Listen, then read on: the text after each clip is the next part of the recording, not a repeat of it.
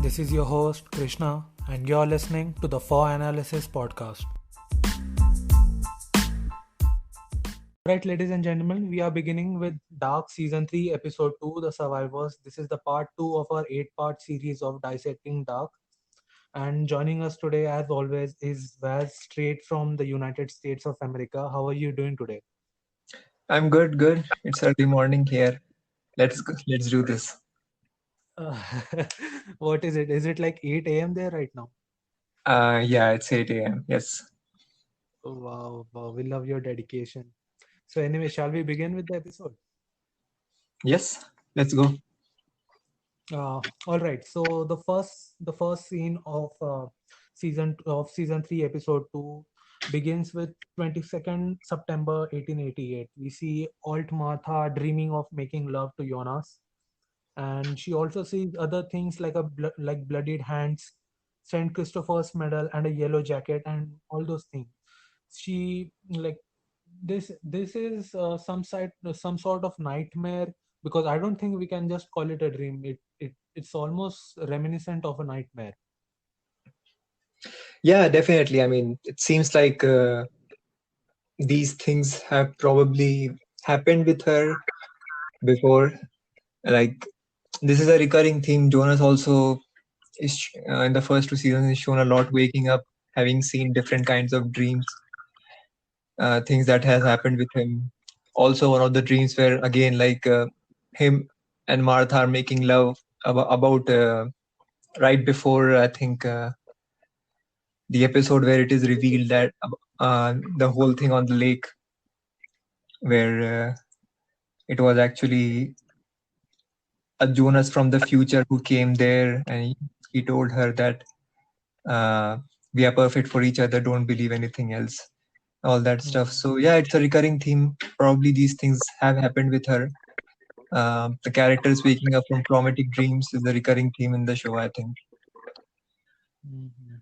So you think these dreams are because of what had happened in Adam's world or the alternate world?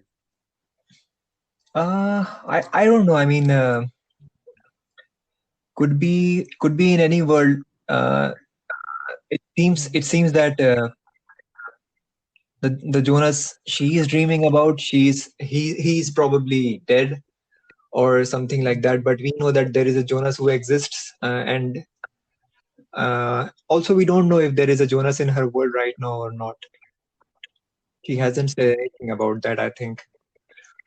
mhm. So could be any world.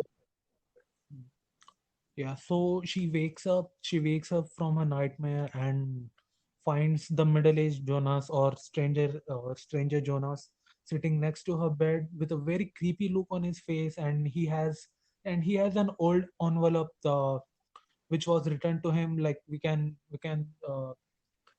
think that maybe it was Alt Martha who gave him that letter some in his timeline. He tells her to get dressed, and she they take her downstairs to meet the remaining kids who had traveled with him uh, when the apocalypse hit. And yeah, that's when we see them meeting each other. They can't believe this is Martha. They think that she is Adam's world Martha, but then she tells her that no, she isn't.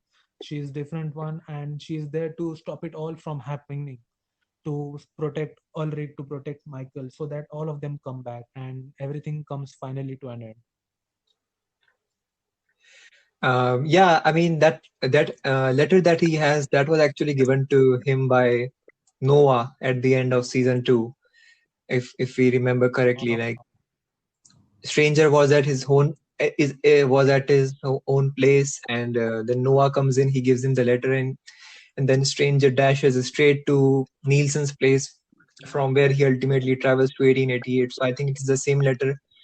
There was something in that letter which uh, Martha addressed to him, and like that made him take that drastic step of like because he knew that Martha would come there, Adam would come there, Adam would kill Martha there, and he was there to change that from happening. But that letter was strong enough to convince him to like leave the place. And like again, this scene where stranger wakes her up. It's very reminiscent of a scene from season 2 when Jonas has traveled to 1921 and he's Yep. sleeping, and then he wakes up to find Adam sitting Mhm. right next to him, and he asks him to dress up so that he can like talk to him or like tell him things. So we see how a stranger's behavior is now becoming more and more like Adam, and it's a change that we have to be ready for. Yes. Mhm. Yeah, you definitely had said before the show that now he is becoming more like Adam by the way he dresses, the way he talks, his demeanor, and yeah, we could, and like I don't know why he finds it so shocking that he turns into Adams, because it is his actions that are making him into Adam and not anybody else's. Yeah, I think all his bad and traumatic experiences are chipping away at his humanity bit by bit, I would say. Hmm. It's been like Definitely. 33 years. We don't know where Stranger was in 33 years. I mean, we don't really know what happened in those 33 years from when we see Jonas become the Stranger and when we see Stranger become Adam. Hopefully, we get to know in the future episodes what exactly they were doing in those times. Yep. So in the next scene, we travel to 22nd September 1987. Katerina wakes up in Mikkel's bed, and by her bedside, she finds Mikkel's picture with Ines. You see Mikkel's comics and all the stuff around. She wakes up at 8:30 a.m. I don't know why the timing was so specific. So she later goes down the stairs, and a phone message informs us that Ines and Michael have not been at home for some time now, or they are not there. She there's some unopened mail on the table, and also flyers saying that Mikkel has disappeared.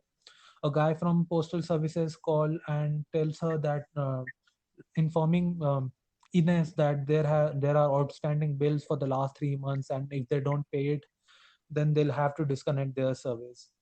She she takes Mikkel's posters or the flyers and walks out from the back entrance. We are shown a broken glass, which means that she probably broke into the house. Yeah, I mean, she knows where she is, and I mean, she was obviously informed by Charlotte, Peter, and Stranger in the last season that okay, this weird time travel stuff is happening. People are going from one timeline, from one year to another year. And being the principal of the school, she did check the previous records of 1986, 1987, where she discovered that okay, Mikhail is actually in 1986, 1987. So, so she's trying to find him, but it's been 3 months, I think, since the apocalypse happened. So she has been here for 3 months. If we assume that she came here right on 26th June 1987. Yes. So yeah, I mean, she's just looking for Mikkel, and school would be the best place to search. But yeah, let us see. Mm. So we are in the same year, but now we travel to a different household. We are in the Nielsen household now. We see Mad Nielsen's grave, where they have buried an empty coffin, and Jana Nilsson, Mads's mother, is inconsolable, and she's inconsolable, and there's people at the funeral, and someone tells Yana that at least she has what's his name? At least she has Tronte with her now, and at least they can all be together. But Yana raises a toast and raises a toast toward Tronte and says that at least we have each other now. But then but in a fit of anger, she asks him where he was at the night when Mads disappeared, and then himself announces that he was having an affair with Claudia Tiedemann. There's a pin drop silence in the room. Everyone's and she accuses him of not putting enough energy in finding his own son as he's putting energy into finding his Hmm. mistress. And maybe if he had put the same amount of energy, Mads would have been there with him. Tronte, Tronte, like obviously, like any other man who is accused of cheating, he obviously denies it. But the thing is that Yana goes somewhere, and I think he takes out his like writing kit or his working kit and empties out all the contents, and we see that there are newspaper clippings of Claudia Tiedemann missing, and I think there's also a newspaper clipping saying that Egon Tiedemann has been killed or something. Yeah, it was definitely there. I think Tronte is using his cover as a reporter to investigate into Claudia's disappearance with with more effort than he should put. Like as Jana says, he should be putting his effort in finding Mads. I mean, it's. I mean, he can all the time talk to the police or the relevant people since he's a journalist or a reporter. And yeah, I mean, Mm. obviously he must be shocked because he was clearly shown to be having an affair with Claudia Tiedemann in the previous seasons. Mhm. So yeah, afterwards we travel in the future. We go to 22nd September 2020. We see a hooded Claudia who just walks into a destroyed police station, and like it's raining outside. I'm assuming it's because of the apocalypse, and the radio says that the world scientists are still seeking an explanation for the events of June 27, 2020. The epicenter of the global catastrophe is still thought to be the small town of Winden. A French scientist believe that it is possible that our world stood still for a fraction of a nanosecond on June 27.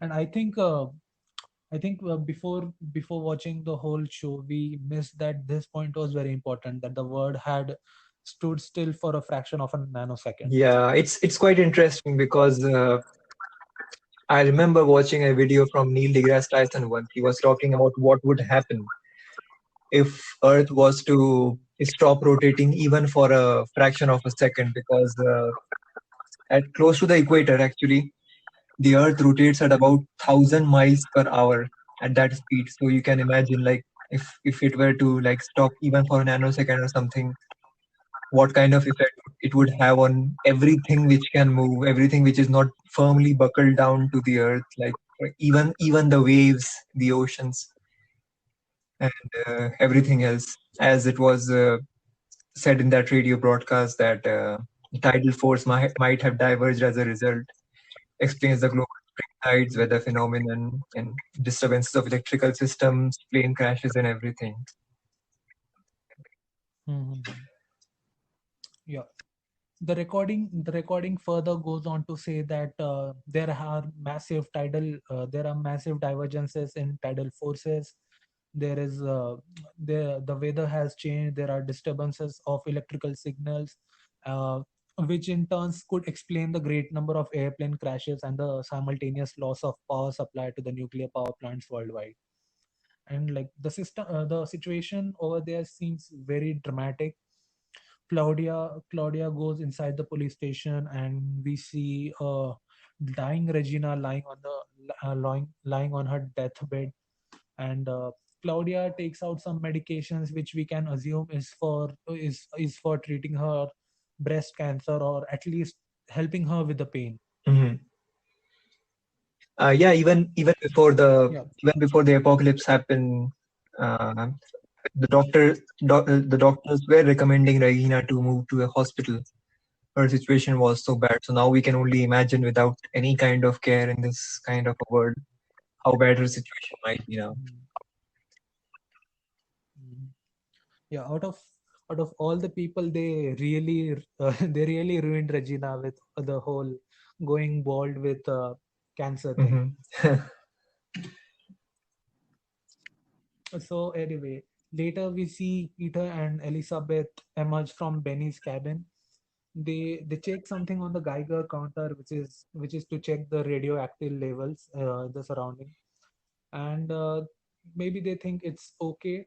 It's okay to go out, and they are shown being followed by an unknown mysterious character. I think it is safe to assume that it was young I Noah, guessed it from the background music. and we, So like I thought like who else would follow them? So that was my thinking. So yeah, it is still raining, and they are heading towards Winden power plant where there are lots of soldiers stopping and checking people who are entering. And the guy at the checking check post asks asks Peter why he's doing that to his child, and Peter doesn't say anything. He says it's at least like kind of showing that it's okay, that nothing would happen to her. Hmm.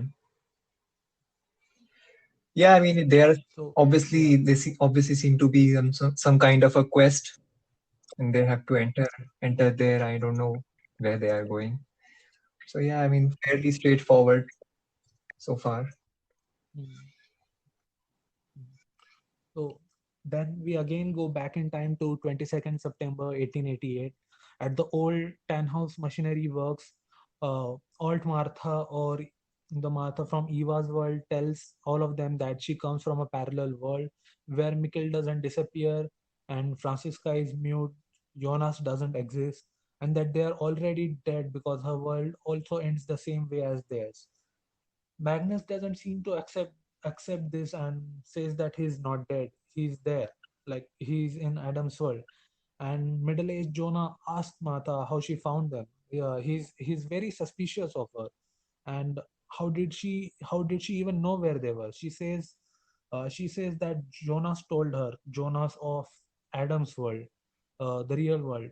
He had traveled to Martha's alternate world, but like this is a middle-aged Jonas, so he knows what all happened when he was young, and he straight out denies ever knowing that there existed a parallel world, or he even denies that he ever met the alt Martha.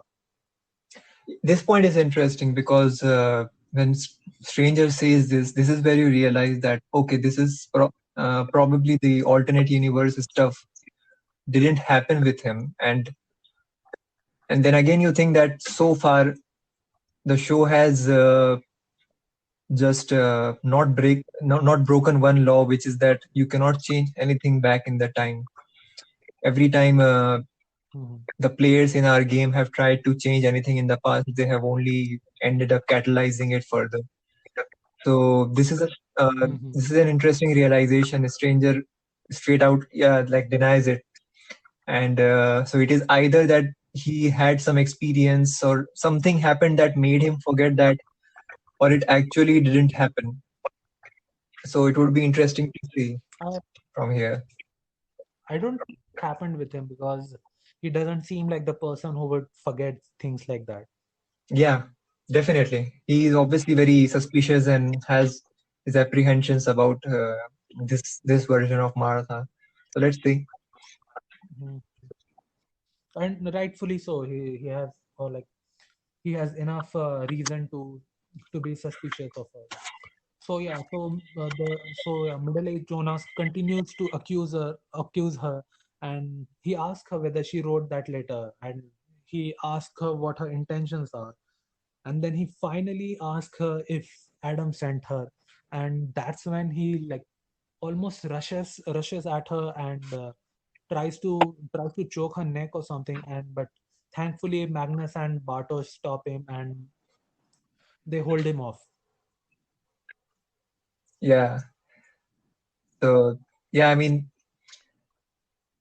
Stranger knows that Adam is very good at manipulating people into doing what he wants them to, and obviously he has the means to send people wherever he wants. He has a very functional time machine which is not bound by the 33-year rule anymore. So he'll obviously assume that Mhm. since this person can travel into the past, it is definitely Adam who might Mhm. send her. Mhm. Yeah. Afterwards, we see a very old man enter into the workshop, and he's blind. Like his eyes are completely white. He's blind, and later we come to know that this is the old man Tannhaus, and Tannhaus, like from his appearance and the way he talks, we can we can see that he is a very wise man, and he talks to her in a very cryptic sense. He tells her that he can see a lot more than others can, even though he is blind. Yeah, and he obviously seems like the guy who is funding this entire venture of all setting up all the electrical machinery and the farm and the entire thing. He seems to be the money behind everything right now. Yes. I think it's very interesting how, like, across different generation, different families are rich, because uh, back in the 1888s, it is the Tannhaus who are rich. Then we go towards the early 20s, early 50s, it is the Dopplers who are Mhm. rich. Then back in the present time, it is the Tiedemans who are rich. So yeah, I think that also shows how fortune changes over time. Yeah, and we have clearly seen that properties have also passed down from one family to another in this world. Yeah, definitely. So yeah, we go back, we go in future. We are now almost 100 years later, in 22nd September 1987. We see Katharina distributing flyers in the school about Mikkel, asking everyone if they knew about him. She spots Ulrich, who has a nose injury. Where did he get the injury? Is this injury because of those rape accusations that Hannah had thrown at him in the first two seasons? I'm not sure. I mean, we were never shown what exactly went there. It's probably he got into a fight with someone, I guess. That's the explanation I have for it, I think. Hmm. Yeah. And Katharina is like visibly shocked to see Ulrich, and she, I think, involuntarily utters his name the same way Jonas did when he saw Hannah in the school back in 2020, before the apocalypse. And like, we should mention Katharina's appearance at this moment. She's very unkempt. She's almost like the time traveler Claudia, who has a very unkempt appearance. She doesn't seem like she has bathed in months, or even seen her own face in a mirror. She asked him she asked him if he had seen Mikkel, and like, almost unempathetically, Ulrich says that maybe the madman got to him after all. And that's when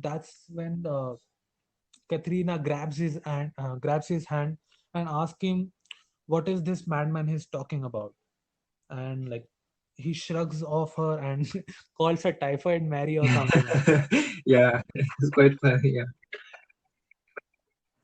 Yeah, and that's when young Katrina enters into the scene, and she sees the older version of her and asks Ulrich what's wrong with the woman. She asks them, she again asks what is behind the madman, and we also see a young Hannah entering into the scene with them. Both Ulrich and young Katerina are kissing each other, and Hannah is jealous, so she tells them that, "Come on, guys, let's go. We are getting late for class." Yeah, so yeah, I mean, they all try to again leave, and yeah, I mean, there is nothing much to analyze in this scene. I mean, pretty straightforward. We see Ulrich with his no future jacket once again. I mean, he was always a sort of anti-establishment atheist guy in the show. Hmm. Yeah, but like, uh, all the actors are so great at emoting emotions through their eyes. I mean, like, Katharina's emotions come flooding out of her eyes when she's asking them about the madman. I mean, I think it's brilliant acting from her, and I think one thing we don't talk about enough is the casting in the show. It's each like they had to find minimum of two actors for the same character across different timelines. I mean, how hard is that? Yeah, it is just almost brilliant. I mean, this is one of the things that I love the most about the show, like how good they were at casting all the actors, especially if you see at Ulrich, the middle-aged one and the old one.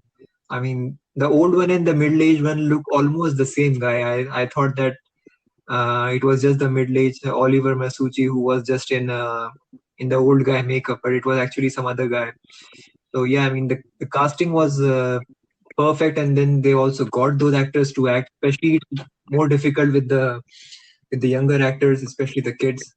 But yeah, it has, and like Yeah. Helge, the younger Helge is one of the most loved characters in the fandom, I can say.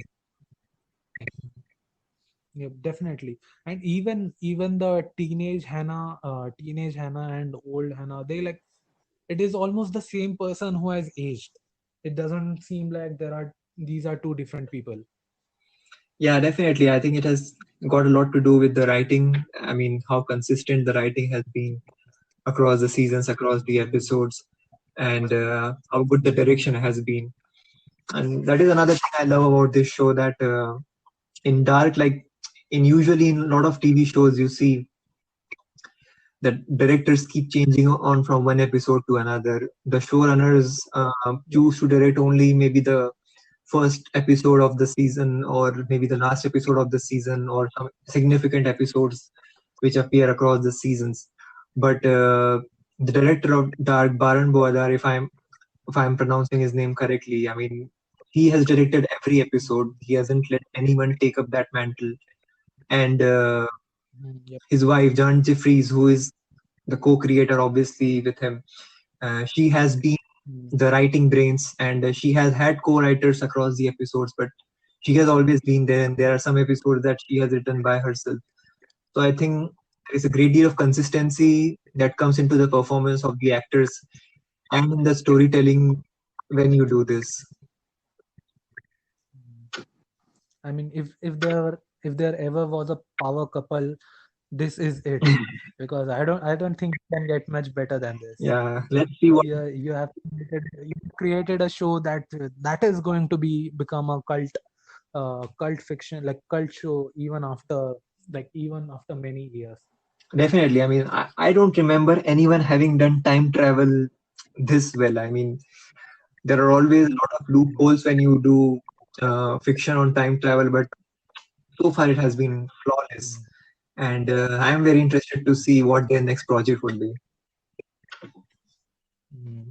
Yeah, another time travel show that has been done flawlessly, which I keep reminding you about consistently, is Steins Gate. So yeah, we'll wait for you to watch it I'm and then we'll definitely discuss it. going to watch it soon.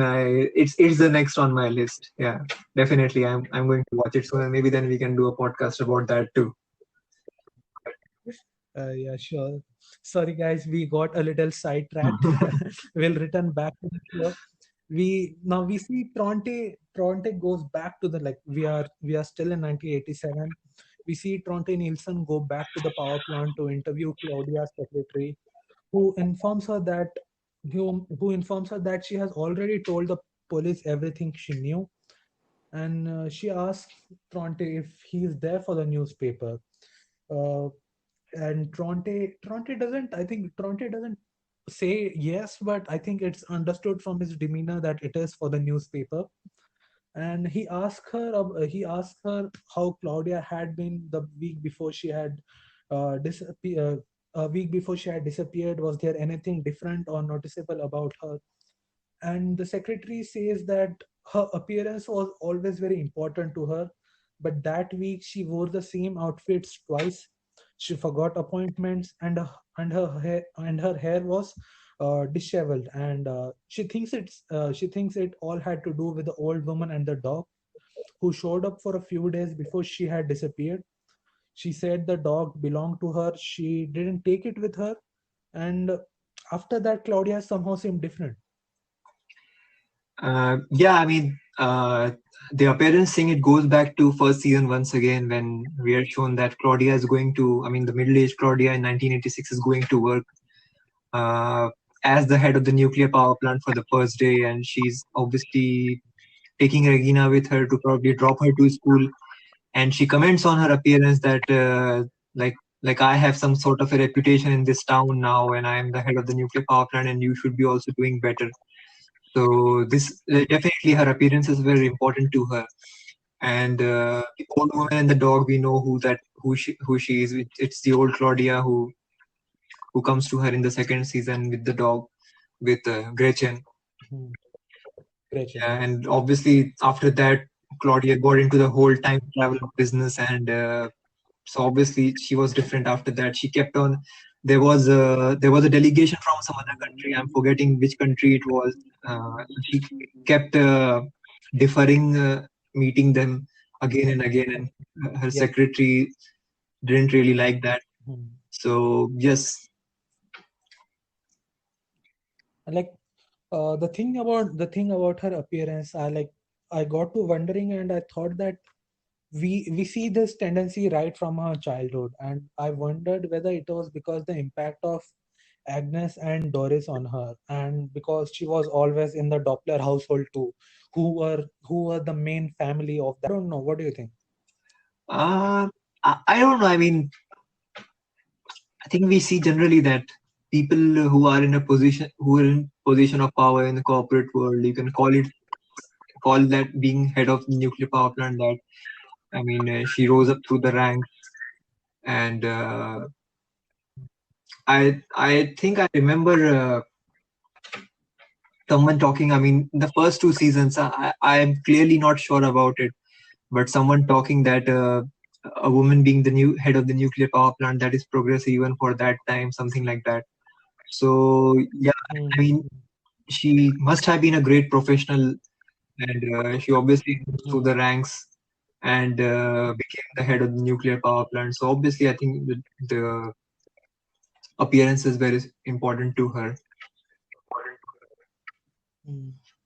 Yeah, and she really was an able administrator, and she understood her science, because back in season 2 we could see her like going through the calculations for the god particle, and like she immediately knew what she had on her hands. Another thing I had noticed was middle-aged Tronte doesn't really look as old as Yana and Claudia. Does that mean that they fucked up with the casting there? Maybe a little bit. I can say. I mean, maybe that the middle-aged Claudia. I mean, Julia Jenkins was probably older than she should have been for that role. I don't know, but I don't think it matters that much. I suppose. Yeah. Yeah, it doesn't matter much, but yeah, old, like middle-aged Claudia definitely seems way older than everyone Yeah. else, Yeah. like hands down. Yeah, definitely. Mhm. So yeah, we go to the future. It's 22nd December 2020 now, September. and middle-aged Claudia, yeah, 22nd September 2020. Middle-aged Claudia is pinning an old Tronte's picture on the wall in the bunker, where she's finally assembling all pieces, all the charts, and we are shown Peter. Like, afterwards, we are shown Peter looking at a wall of pictures of all the dead after the disaster inside the containment zone. He sees pictures of Benjamin Walker, Alexander Tiedemann, Clausen, Torben. They are apparently looking for pictures or any information on Charlotte for or Francesca. Elizabeth records uh, Elizabeth recalls in the negative that she doesn't see anyone's picture. Peter walks up to the military and medical personnel inside the tent and asks them if they had seen a blonde woman and a redhead woman, that is Charlotte and Francesca. They're informed if their pictures are not there, that they are not dead. We see a lot of body bags on the floor, and at this point, Elizabeth is looking very distraught, and Peter reassures her that that is actually a good thing. That if there isn't nobody, then they can assume that they can assume that Charlotte and Francisca are not dead, and then Elizabeth suggests that they had probably traveled in time. Yeah, I mean, and I think Peter was not wrong when he said that. I mean, we know that both of them ended up Yep. surviving, and Mhm. yeah, I mean, it was. we see the pictures of Alexander, Clausen, Benjamin, and Tobin. Yeah, I mean, Alexander dying was, I mean, expected, but obviously a little heartbreaking, obviously. And so now we discover that this is what they have been doing. They come here, they check on all the dead bodies, and they check up on all the pictures to find out if there is any information on Elizabeth and Francisca. And Elizabeth has a feeling that maybe they traveled in time, maybe they traveled to some other time, since now that they know that it is something which is possible and has been happening a lot. Yep. One thing I always keep wondering is that where do these people keep finding these old photographs? I mean, like, it's the fucking apocalypse. How do you have pictures that are 100 years old? Like, I'm referring to Claudia pinning pictures on her wall. Yeah, I think all the homes in that world are now deserted. It's 2020, right? So every house is deserted. She's probably just walking into those households and looking for pictures. I think that's what she is doing. Yeah, seems awfully very convenient to me, to be honest. Yeah, I mean, there is no one at home. You can just walk into a house, doors, and the house is probably damaged. The door is probably broken. Yeah. So anyway, we go back once again in time.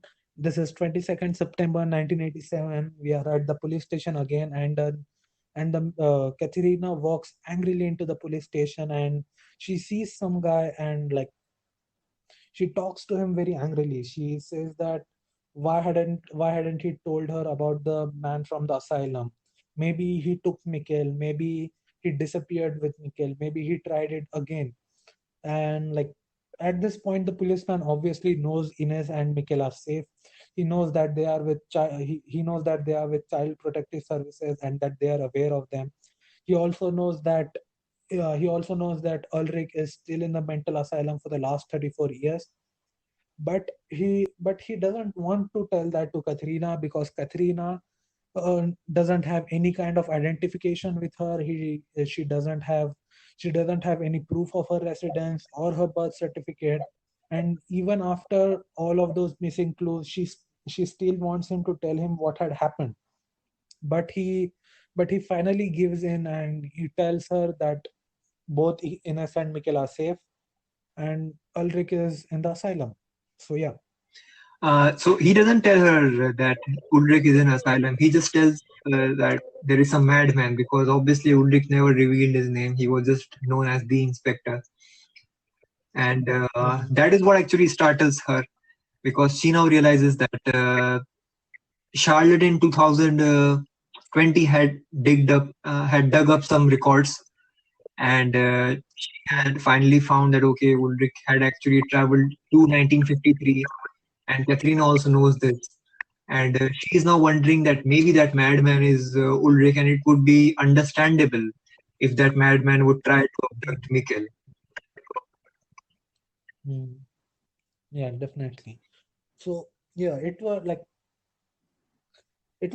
quite a shock to her that the person that she had been looking for so long, the two person in her life, both were in 1987.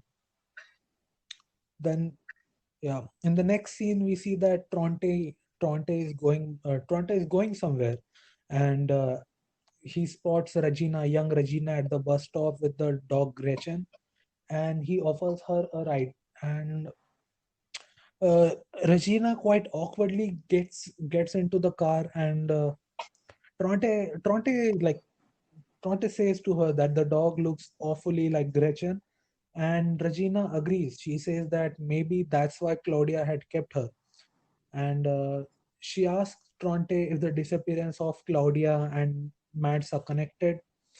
And Tronte asks Regina if a week before her disappearance, Claudia said anything to Regina about some old woman. Uh, Regina denies it, and then he goes on to ask her whether she had said anything about him, which leads to a very awkward, tense moment between them. Regina doesn't seem to know act in that moment. She's very uncomfortable in the car, and she tells him that she'd just get down on the next corner and walk home. Regina is, yeah, definitely aware that her mother was having an affair with this guy. So obviously that creeps her out a little bit. And then especially when he asks Mhm. if she talked to him, she talked to her about him, and she is also like, we have her parentage has never been discussed, that who is Regina's father, and she has also wondered it all these years, Mhm. and she now maybe feels that maybe this guy is my father, and Yeah. yeah, so this is interesting, and obviously Tronte is like trying for more clues about where could Claudia possibly be. Maybe she told Regina something Mhm. before she went away. So yeah, Mhm. I mean, it's a very very awkward moment, and Yeah, this is like where we start feeling that maybe, just maybe, Bronte is actually Regina's father. Regina's father. Yeah.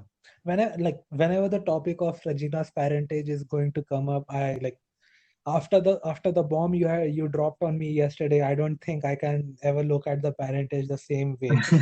So, but yeah, we'll save it for later, and we'll definitely come back to this. So yeah, now now we travel to 22nd September 2020. We see a broken time machine, guns, bullets, and lots of devices on the table where Claudia is sitting, and she starts recording some voice notes about the apocalypse on 27 June 2020. Are these the same voice notes Jonas was listening to in the first two seasons? Yes, those were the ones. But in that voice note, she talked about them stabilizing the God particle and all that stuff. So these are obviously different notes, but yeah, these were the notes Jonas was listening to in 2052 or 53. Yeah, Mhm. In the next scene, we see Peter and that also made Elizabeth. me think. That also made me think Walking. how I was watching the show. Like, I'm literally watching the show like she's recording those notes. That okay, this is happening. That is happening. Yeah, definitely. So yeah, in the next scene, we see Peter and Elizabeth reach the Carnwald household, and Peter goes upstairs, and Elizabeth is waiting downstairs for him, and that's when we see a young Noah walk into the house, and Noah speaks, and since Elizabeth cannot understand, she writes a note.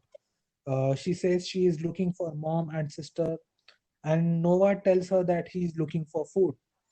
She asks Noah where he sleeps, and Noah tells her she sleeps in the cave. Then at that moment, Peter comes downstairs, and I think he's very scared about Noah. So he rushes to protect Noah as if he's going to cause her some harm.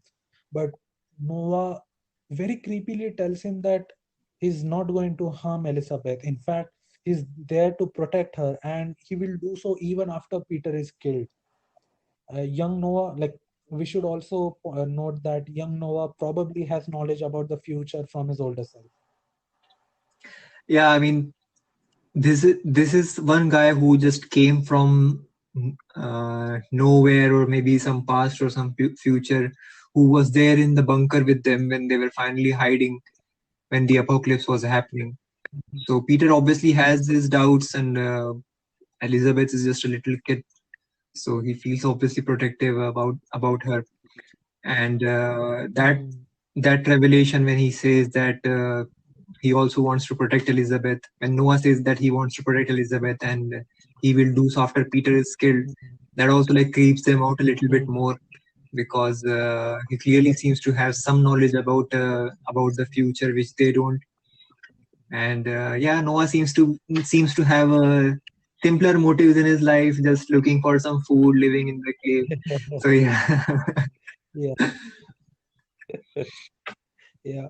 And like man, this Noah Elizabeth relationship, like it gives it radiates massive Jeffrey Epstein vibes, you know. I always feel like Noah is grooming Elizabeth. Yeah, we know that they are Charlotte's parents.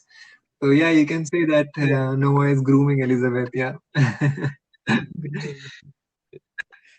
So yeah, we go again back almost we go back to 22nd September 1888.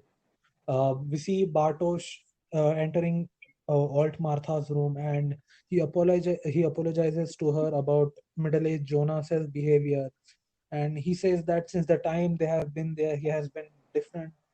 And she prods him for more information. She asks him how they got there, and Bartos says that they traveled exactly at the moment everything blew up. He didn't want to come there, it just happened. And the device is now empty, it is out of nuclear fuel, and since it is 1888, they can't get any nuclear fuel. Martha asks Bartosz, like, what is that place like where they are right now? What is the factory? Who is the old man? Does the old man know where they are from? And we again see middle-aged Jonas holding the letter addressed to him by Martha. And Bartosz takes Martha somewhere and tells her that he is going to show something. Yeah, obviously it is Bartosz playing the good cop here. He knows that Mhm, Martha might have been rattled with what happened in their makeshift workshop or whatever you might call it, and he mhm, tells her that yeah, this is how we travel. And obviously now we know that they are not capable of time travel anymore. They don't have the fuel to do the travel. That shows that how frustrated they might be, that they are stuck in a time that they mhm, don't know anything about, and they mhm, cannot go back. Strangers, all plans are foiled. His quest is just stagnated right there.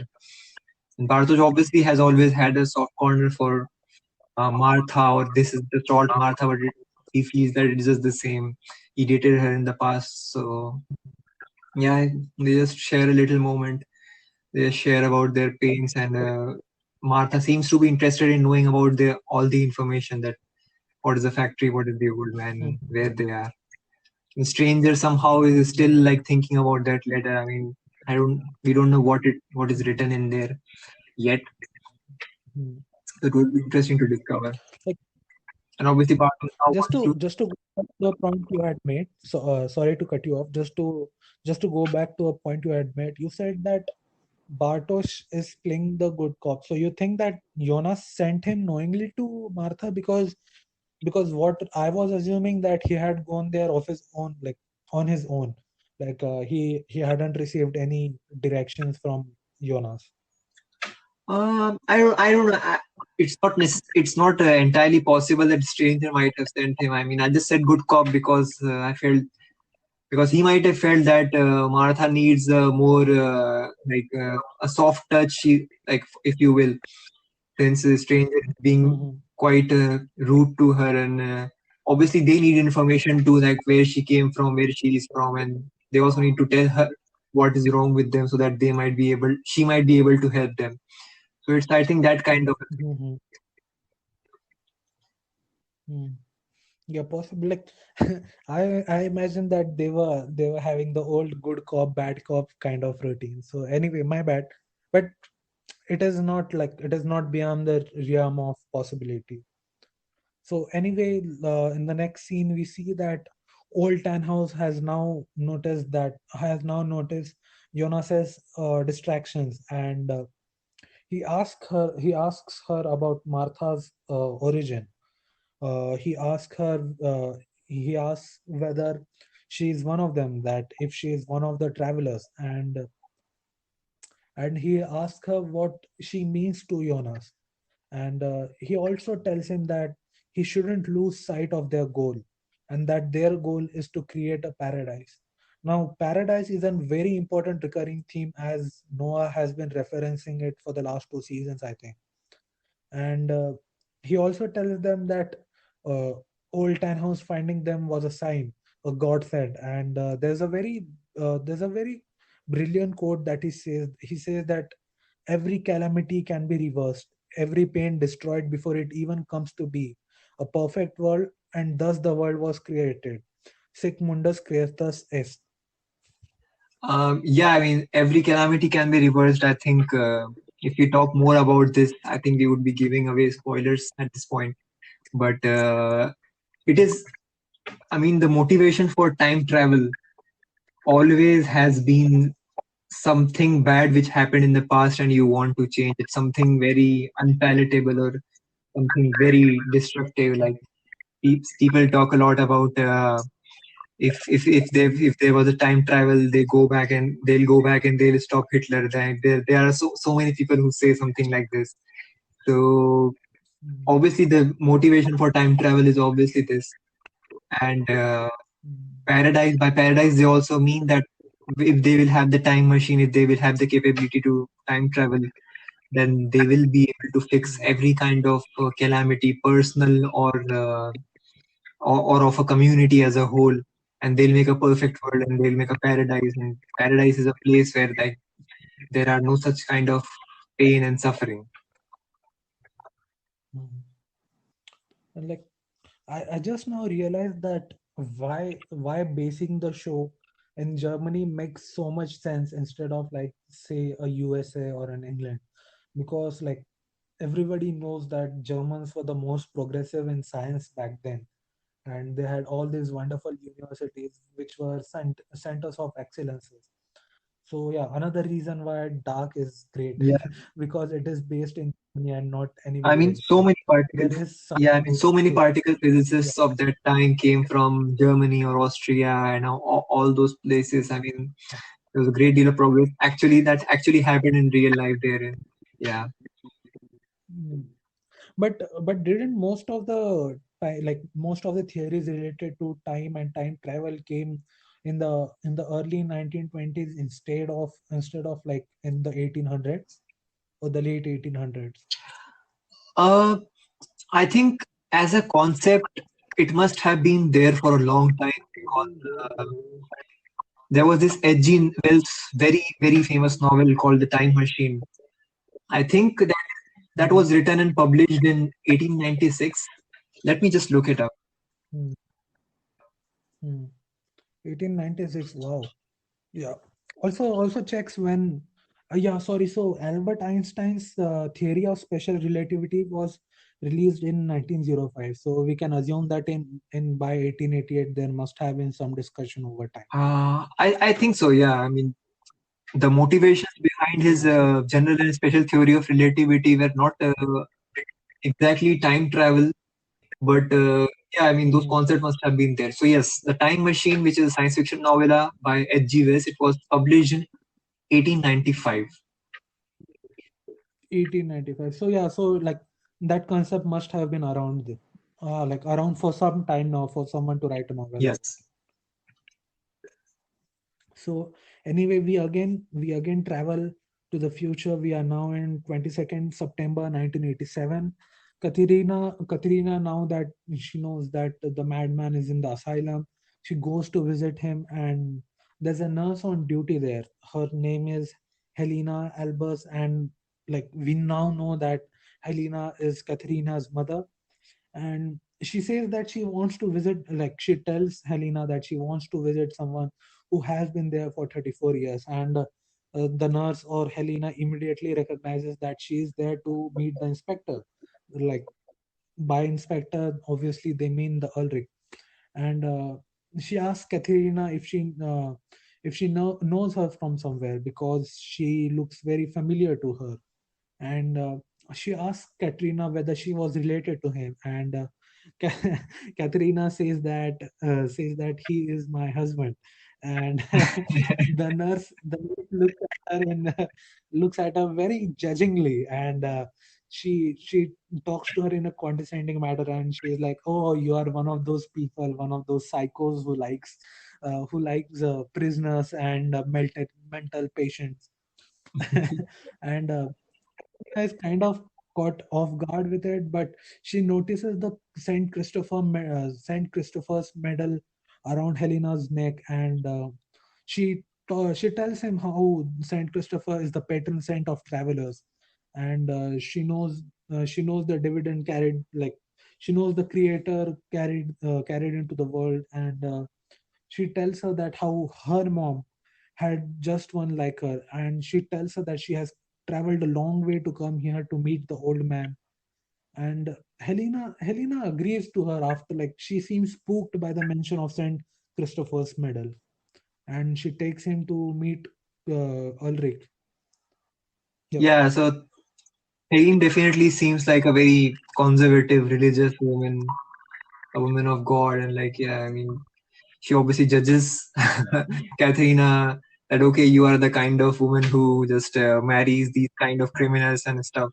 But she Katharina is able to appeal to her softer side by evoking Uh, Saint Christopher's, and yeah, I mean, it's an interesting face off again. Katharina sees her own mother, who is almost her age. I mean, they must be the same age, mhm. roundabout, and Yep. and she says that I have traveled a long way, and she's right. I mean, maybe not a long way, but a long time. We can say. Mhm. So yeah, so Katerina walks into the hallway where Ulrich is sitting by himself. He is playing chess, I think, and she sits in front of him, and I think that was a very powerful scene, because like all the emotions that Ulrich has stored inside him come flooding out, and he holds Katrina's hand in a very tender way, and Katrina promises Ulrich that she will get him out of there, and that's when she leaves. Yeah, I mean, for Ulrich, like he waited like 34 years, and then he sees Mhm. Katharina, who is just the same age when he left, and it must have been again a very. I mean, this is a guy who has seen a lot over the years now. He has traveled in the past. He has almost got his son back and like again put into this nut house, and Mhm. he tried to change time by killing Helge, but he was not able to do it.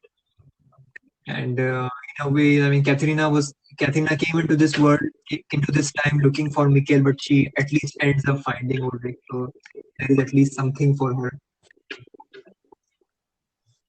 Yeah, and the like one amazing thing is, like, even after 34 years being stuck in an asylum, he still hasn't lost his mental cognition. So I think that speaks volume about his resolve to find Mikhail. Yeah, I mean, also like since he's talking about time travel and all those things, which people around him don't really understand, he has been put into the nut house.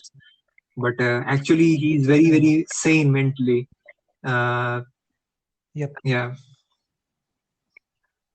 So in the next scene, we find that the three creepy generations, who I like to call as three gens, are in the are in the like are at the nuclear plant, and they are reading through some files.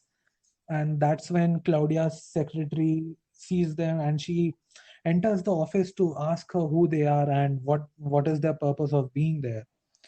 And and the middle-aged three generation guy uh, says her name, calls her Yasmin, and tells her that hell is empty and all the devils are here.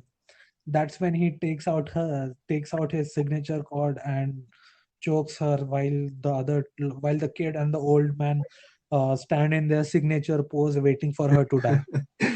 yeah. I mean, this is becoming a very popular meme. That entire chord is stick.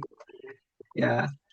Uh-huh. Uh, Again, they seem to be there with a plan, and the middle-aged three-gen guy, he obviously speaks in riddles always, Mhm. and Mhm. they are looking for some details or some sort of information. We don't know. They were all obviously at Bernd Doppler's house too, and they killed him there. Yeah, And now they are here at the nuclear yeah. power plant. So yeah, so they probably use the keys they got from Bernd Doppler. Yeah, Mhm. So in the next scene, we see that Tronte returns home, and Yana gives him a kind of ultimatum. Like, she tells her that he has to decide whether it's for them or against them, as if to tell her that as if to tell him that he has to decide whether he wants to live with the family or whether he wants to continue with his pursuit of Claudia Nielsen. And Tronte tells her that he is with them and he has already decided that he is going to with them. He also remarks how he just saw Regina, and now that she's all grown up. And Yana also wonders that why Claudia had never told anyone about Regina's fathers all these years, also hinting that maybe Tronte is Regina's father after all. Yeah, she's also now doubting Tronte that maybe you you are you are her father. And Mhm. yeah, I mean, Jana is obviously, even in the previous seasons we saw that Mad's disappearance never actually left her. She never really got over it, even when she was in her ripe old age. And now they are Yep. just thinking about that they have to be strong and they have to be there for the sake of Ulrich, who is their only son now remaining with them. Mm. So like this next scene like was very shocking to me in a way. We are now traveling in future. We go to 22nd September 2020, and we see old Tronte, like old age Tronte, who we had seen in the first two seasons, enter into the police station where Regina was resting. And Regina recognizes Tronte. She says her name, but Tronte apologizes to her and then suffocates her with a pillow, saying that she said that it is the only way to save her. Now, I think this should be our first hint that by she, he means that old Claudia is still involved in this world. Yeah, it could be old Claudia, it could be middle-aged Claudia, maybe old Claudia. And also, we don't know. Maybe this is the old Claudia who gave that disorder before she died to Mhm, Tronte. Because people mhm, can now travel from one place to another. Or maybe the old Claudia came here into this world and told Tronte, since Tronte cannot really travel. So yeah, mhm, we have seen people going against their own family, against their own parents, mhm, against their own children in this world. So it won't be very shocking if it is revealed that it was Claudia who gave the order to kill Regina. mhm, mhm. Because at this point, Regina So only seems like a or you can say a liability on Claudia, the middle-aged Claudia, because Claudia is only just thinking about taking mhm, care of her. mhm, And we know that Claudia became a very important and a very informed player of this game later. mhm, So maybe just mhm, her future self wants to eliminate this burden from her life. We don't know. mhm. Like one thing, like I was wondering, where was old Tronte during the apocalypse? Like he wasn't in the bunker, if I'm not wrong. He wasn't in the bunker. So in the bunker, we had Peter, we had Elizabeth, we had Noah, we had Claudia, and we had Mhm, Regina. But mhm, it is just an assumption that a lot of people were somehow able to survive. Maybe Tronte arrived there later because Tronte was in the know for from quite a lot of months that time travel stuff is happening. People are going from one place to another, and since this apocalypse information was also made public, so maybe he arrived to the bunker in time, or maybe he hid somewhere else. It's not like that bunker was only place to save yourself. yeah, but like this is one more thing that the creators haven't like really really specified how it came to be, because otherwise they are very detailed when it comes to other stuff. like right down to the smallest of scars on a cheek. They are very specific, but I don't know how they let go of such a big detail. Yeah, I mean, even the best make some mistakes sometime. Yeah. Yeah. Uh, Maybe they also thought that maybe fuck it, we have time restriction, so we might as well just throw it in there. Yeah, maybe they wouldn't have they wouldn't have thought it of that much of a detail. I mean, a necessary detail that we should necessarily need to show that Tronte, or maybe, I mean, I have always thought that when they decided making this show, they had the entire picture in their mind that this is how it is going to end. This is what we'll go do in first season, second season, third season. Because when your show becomes successful, usual idea is to you try to extend it, you try to renew it for as much as possible. You try to milk it as much as you can. But I think they were beginning, they were quite certain that they are going to make only three seasons. Otherwise, Netflix would have just renewed them for like 3 or 4 or 5 seasons more. Netflix wouldn't have had any problem with that. So I'm of the Mm, assumption that they would have had a blueprint in their mind how this is all going to go down, how this is going to end. But maybe, just maybe, mm, they didn't plan out this little detail until the end of second season, that they are going to have Tronte do something like this. And that's why there is some kind of a continuity error, or maybe just a detailed error which they cannot provide us retrospectively.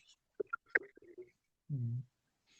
Yeah, we'll have to wait for some explanation of it from some kind. So anyway, we also see Elizabeth and Peter having some difficulty in their relationships. Like Elizabeth asks Peter what young Noah had said to him, and he doesn't tell her what he had said, and he tells her to forget it. He tells her to forget that boy, but Elizabeth is angry now. She says that she's not a little kid anymore. She shows him the leather Triquetra loop diary, and asks him why he carries that around anymore. And she asks where Charlotte and Francisca are. She breaks down crying, and then we see the protective side of Peter once again, and he tries to console her. Afterwards, we travel to future. We are now in 22nd September 2053, and we finally see Charlotte after even though the episode is called The Survivors, we hadn't seen Charlotte and Hannah so far. So we finally see Charlotte. She's sitting near or maybe inside the cave with a picture of Nova, Elizabeth, and herself as a child. And we see Elizabeth walking in there. The cave is probably the headquarters of the rebel group or whatever that organization is. And Elizabeth tells Charlotte that everything will be okay. I mean that whole mother daughter dynamic is so weird to see, because like both both feel a motherly instinct towards each other. I don't know if it was real. I don't know how they would have managed it. Yeah, this is also one of the things which appears again and again in that show. In the previous season, we saw that a middle-aged Claudia visit middle-aged Regina. I mean, who would be the Yeah. same age. And then in the same episode, we see Helene being visited by Katrina, and now Charlotte and Elizabeth. And Elizabeth, for a longest time, was the one who was looking for Mhm. Charlotte. And finally, Mhm. she has a feeling that, okay, now that I have found my mother, at least now everything will be okay. This is the only thing that she wanted. Mhm. Yep. And afterwards we travel to 22nd September 1987. Helena returns back home. Katrina is sitting at the table doing her schoolwork, listening to some music, and we see Helena we see Helena like hit her on the back of her head and tells her to clear the table away. And we get a glimpse into what kind of toxic relationship Katharina was with her mother. And this led me to the conclusion that it was maybe this toxic relationship that made Katharina so very protective of her children, that she was willing to risk it all, and she almost went feral when she couldn't find Mikhail, and even traveled back in time just to find him, because her protectiveness or her insecurity with regards to her children stems from this toxic relationship. Yeah, of course. And also that when Ulrich, the teenage Ulrich was blamed for the rape of teenage Katharina, and we see and Katharina actually visits Egon Tiedemann about that. We see that she is bruised, she has a black eye, and now we know that she was probably beaten by Helene because she had sex with that guy. And again, this was probably the reason. Yeah. Mhm. Now, like in the next scene, we see lots of montages. We see lots of small clips showing what is happening. Like we see Katharina walking away from the mental asylum. We see Claudia coming back to the police station, and she finds the dead body of Regina. Uh, she starts grieving. We see a teenage Regina looking at the picture of her mother, while and Alexander Tiedemann is right beside her. He hugs him to console her. We see Tronte in 1987 sitting with Yana, sleeping in her lap, and they have a picture of Max. In 2020, we see Elizabeth looking at the notes she exchanged with Noah. In the next scene, we see young Noah. Young Noah is with a stone. I think he's trying to build a passage again through the cave, and I think this is the same passage that we had seen Noah trying to build in season two. We see that in the next scene in back in 1888, we see that middle-aged Jonas arrives to the room to see Martha, and Martha is not actually there. Martha, Martha is Martha is going through a doorway, which has Sic Mundus Creatus S written on it, and she's holding some kind of lantern. I think we already know that Bartosz is taking her to see what would eventually becomes Adam Library. Yeah, It's the probably eventual headquarters of the Sigmundus Creatus. And yeah, I mean, fairly straightforward. This is a very recurring trope in this show. Like around, so for example, if it's a 1 hour episode, around the 40-45 minute mark, they will have a montage with some good track they'll pick up from somewhere and show you a lot of scenes, a lot of scenes happening together, a lot of scenes which may be interlinked later, or before they have the major reveal for that episode towards the end. Maybe a couple of reveals towards the end where they just leave you with a cliffhanger for the next episode. We see this in every episode, if I'm not wrong. yeah. But like I just find it weird that they don't put it exactly towards the end. Like they put a montage and they still have like a kind of linear kind of storytelling after that montage. Otherwise, some show what they do is like they show the montage and that's where the episode ends, but not with Dark. Yeah, they usually do this with a very major scene. I mean, you can see the very one of the most important scenes of that episode where some major reveal is going to happen, and that is Uh-huh. where they leave you with a cliffhanger for the next one. Mhm. So again, yeah. So we go to 22nd September 1888.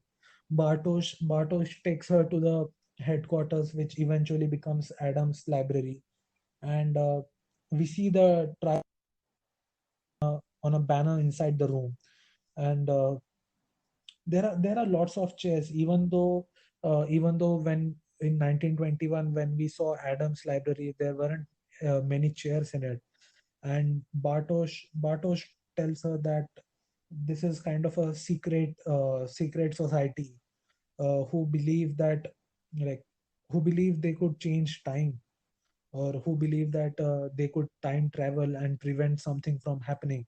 But now old Tannhaus is the only member left. He tells her that old Thanos' father was convinced that he could override the rules of space and time, and he had dedicated his entire life to this, and so did his son. Yeah, so here I think this looks a little different from what eventually becomes of it. We don't see obviously these many chairs in 1921, and we are also now beginning to discover more about the old Tanner house. So like he obviously aspired of time travel, and obviously found just the right kind of people who had actually time travel and could help him build that time machine and that secret society, of Mm, which I mean no members were left, and obviously towards that Adam ultimately becomes the leader of this society. yep.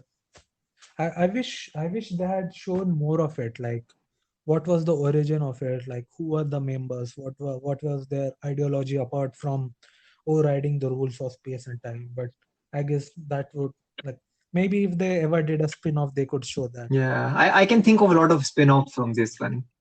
Something we discuss maybe in the later episodes, but yeah, I mean there are a lot of things I have been interested about. Mhm. Definitely. And this is where Martha drops a huge bombshell on them.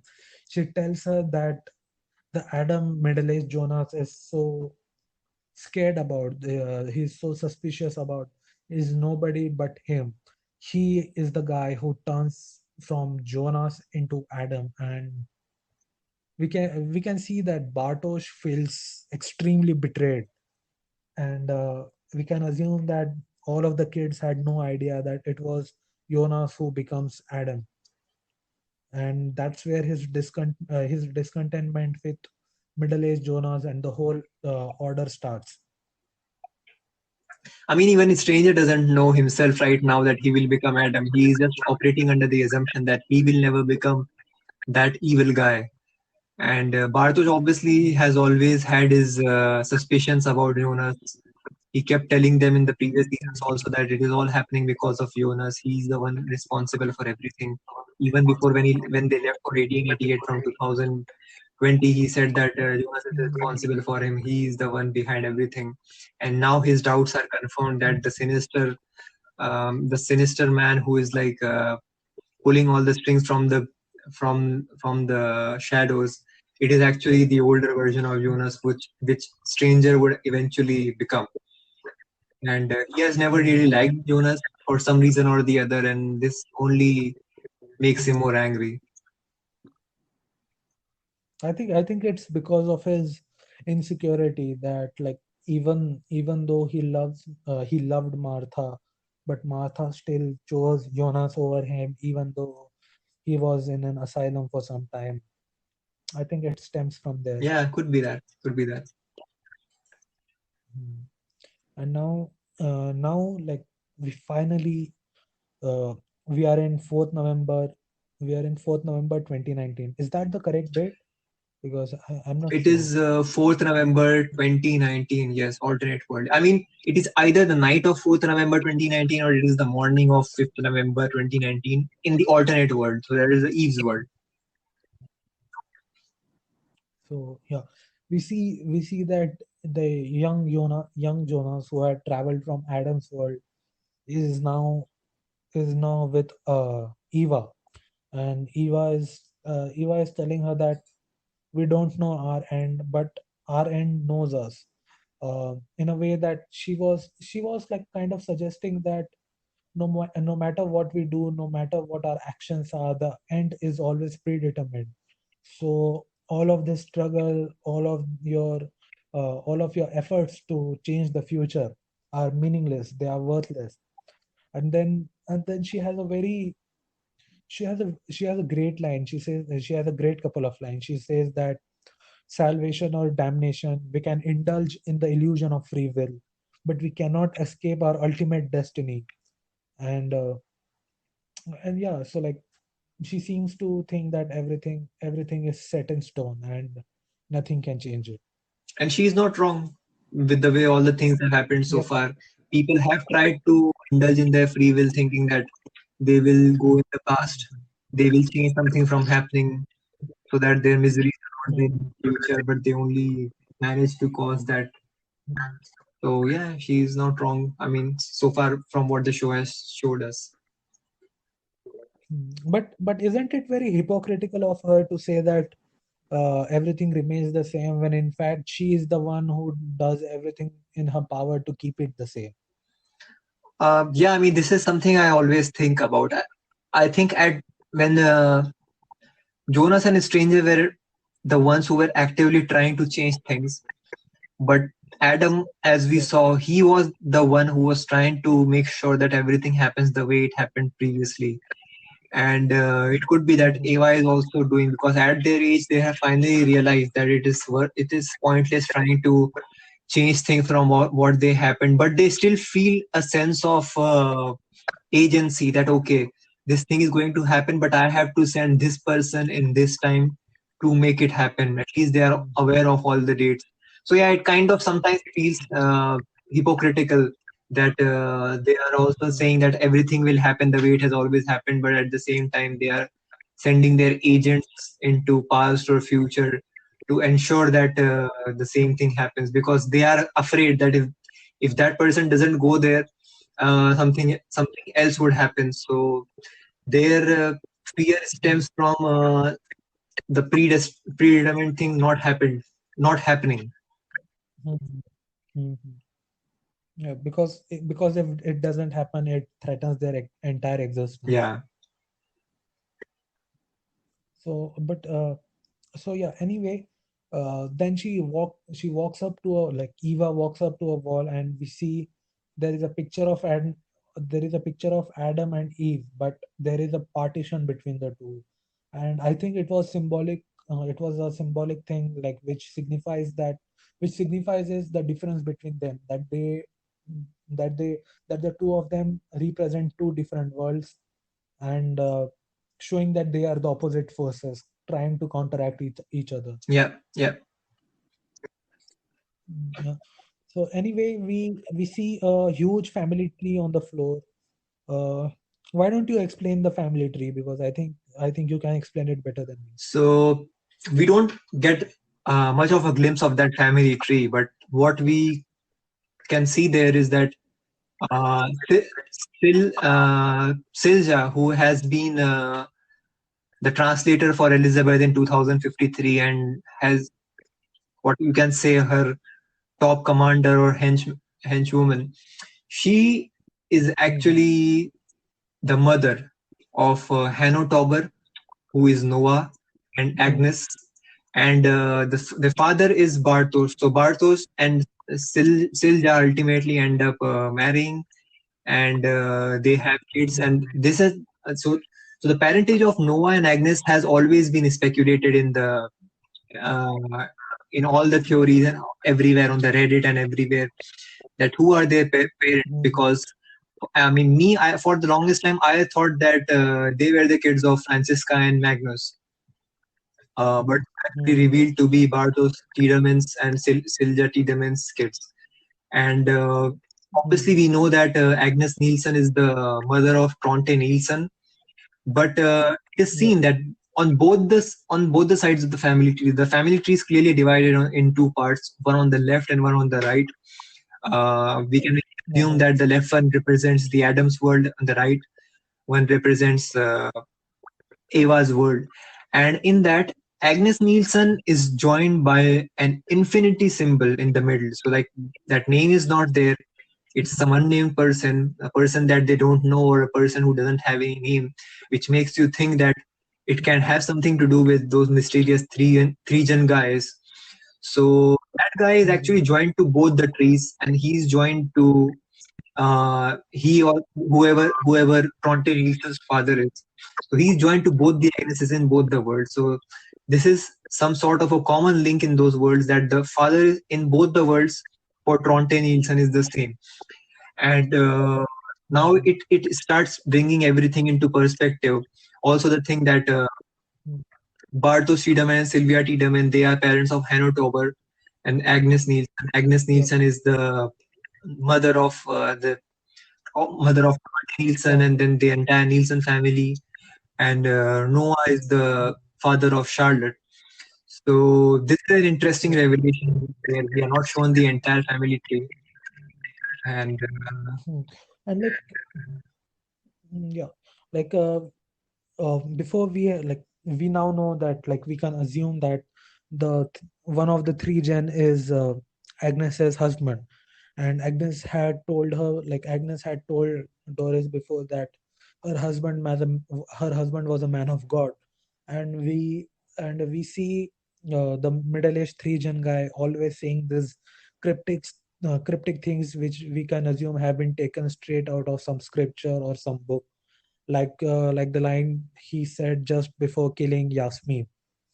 So yeah, it all ties up nicely. yep. So he was also like missing, and like you said, like you pointed out that Agnes always said that her husband was a man of God, and you obviously see him like talking on in all those cryptic lines and everywhere. So at this point, it is like it's a healthy assumption that he is probably the father of Tronte Nielsen. Yep, definitely. And then like we go back to Eva and Jonas talking, and Eva tells him that things may not happen in the same way, but at the same time they do happen. And she tells him that he believes that a world without him would be a better place, but she she tells him that even if he is not in this world, they are all going to die. Mikkel is going to die, and everyone else will also die. The apocalypse will take place in Eva's world, just the way it did in Jonas's world. But in this world, the apocalypse is going to be there in 3 days, and that's where our episode ends. Yeah. So again, we are ending the episode with Eva and Jonas. No, but the previous one ended with a stranger who we can now call maybe Adam and alternate Martha. So this world is on Yep. even a it's I mean in the Adam's world the apocalypse happens in June 2020, but in this world it is actually going to happen somewhere on 8th November, I think, since she says 3 days, and we are assuming that maybe it is early 5th November. So they are even on a shorter clock here. And Mhm. so yeah, now let us see what happens. It's very interesting. I mean, Jonas' entire motivation of like going into the past, changing his stuff was to ensure that Mikkel doesn't get lost. He's not born, and like he's not born in in his world, and maybe all the bad stuff that happens won't happen. But now it is revealed to him that Mhm. it doesn't really matter. His absence doesn't make any difference, and apocalypse happens even in this world. And it is clear that Eva wants him to do something. Eva wants some of his help, or Eva wants him to act as his agent. It will be interesting to see how it goes in the next episodes. Yep. I think we should remind our listeners that we have seen all the survivors except Hannah, right? We have seen all the survivors except Hana. Yes, I think so. Yes, this is another episode where Because like we see a lot of people who we hadn't seen before in the first episode of this season, like Katharina, Claudia, even Charlotte. So yeah, I think it is only Hana we haven't seen yet. But Hana had already gone back into the past before everything happened. yeah, but like the episode is titled "The Survivors," and Yeah, they should have shown all the survivors. yeah, yeah. So, anyway, what were your thoughts heading into this episode? Like before watching this episode, what were your expectations from it, and did the episode live up to your expectations? I think so. I wouldn't say that it was a very another. I mean, it's a very extraordinary episode. I think it is still a lot of world building and setting the placing the pieces into their place. We can say. Like we are just being revealed what is happening in what world. There haven't been any major revelations here, except that Regina dies in this episode, and we see Katharina going on to her quest once again. We see more of an interaction between Alt Martha and Stranger and all, and Magnus and Bartosz and Francesca, and his doubts and everything. Yeah, I mean, it just helps the story progress. But as always, it was still a very, very strong episode. Yeah, definitely. So like out of a 10, what would you rate it? Okay, so I gave the last one 8, right? Okay, Yeah. so maybe I should give this one a 7.5. 7.5. Isn't I'm that a always a little little harsh. too high? I think like I personally was going to give it a 7 because I don't think anything particularly spectacular happened or anything we hadn't expected happened. But yeah, overall it was a good episode. But I think 7 would have been fair instead of a 7.5 or 8. Yeah, maybe against my dark bias again. I am very harsh, but then it's dark. So like I always like everything when it comes to dark. Yes. Yeah, great. And like we should mention that like the second episode was probably the easiest of episodes to discuss, and even though it was the easiest, we have still gone above 1 minute and 31 seconds. Yeah. I don't know what will happen when we come to that episode. Because so yeah, I like there are a couple of episodes that like I don't remember which episode it was. Maybe it was 6th or 7th episode where the times constantly change, and like they are not 33 years apart, and I think that episode is going to be very difficult to break down. yeah, that's my favorite episode. They have one of the best episodes it has to be on TV I've ever seen, and obviously it has to be my favorite dark episode. But I will rate that one very well. You can rest assured about that. no, like I won't deny it, but yeah, as for breaking it down, it's going to be damn difficult. Yeah. Anyway, I'll let you go now. It has already been 30 minutes since the first half of Manchester United's game has started. I have taken enough of your time and I have troubled you like early morning. It's all right. No problem at all. Saturday mornings are reserved for football anyway for me. I have to wake up anyway early on Saturday mornings. Yes. So yeah, we'll try to like record the next episode whenever you are free, but hopefully like not a huge delay. Yeah. And we'll try to get more episodes done quickly so that we can give everyone something to binge listen on. Yeah. Hope they like it. So yeah, with that said, I'll let you go. Thanks for joining us again. Well, thanks for having me. And goodbye.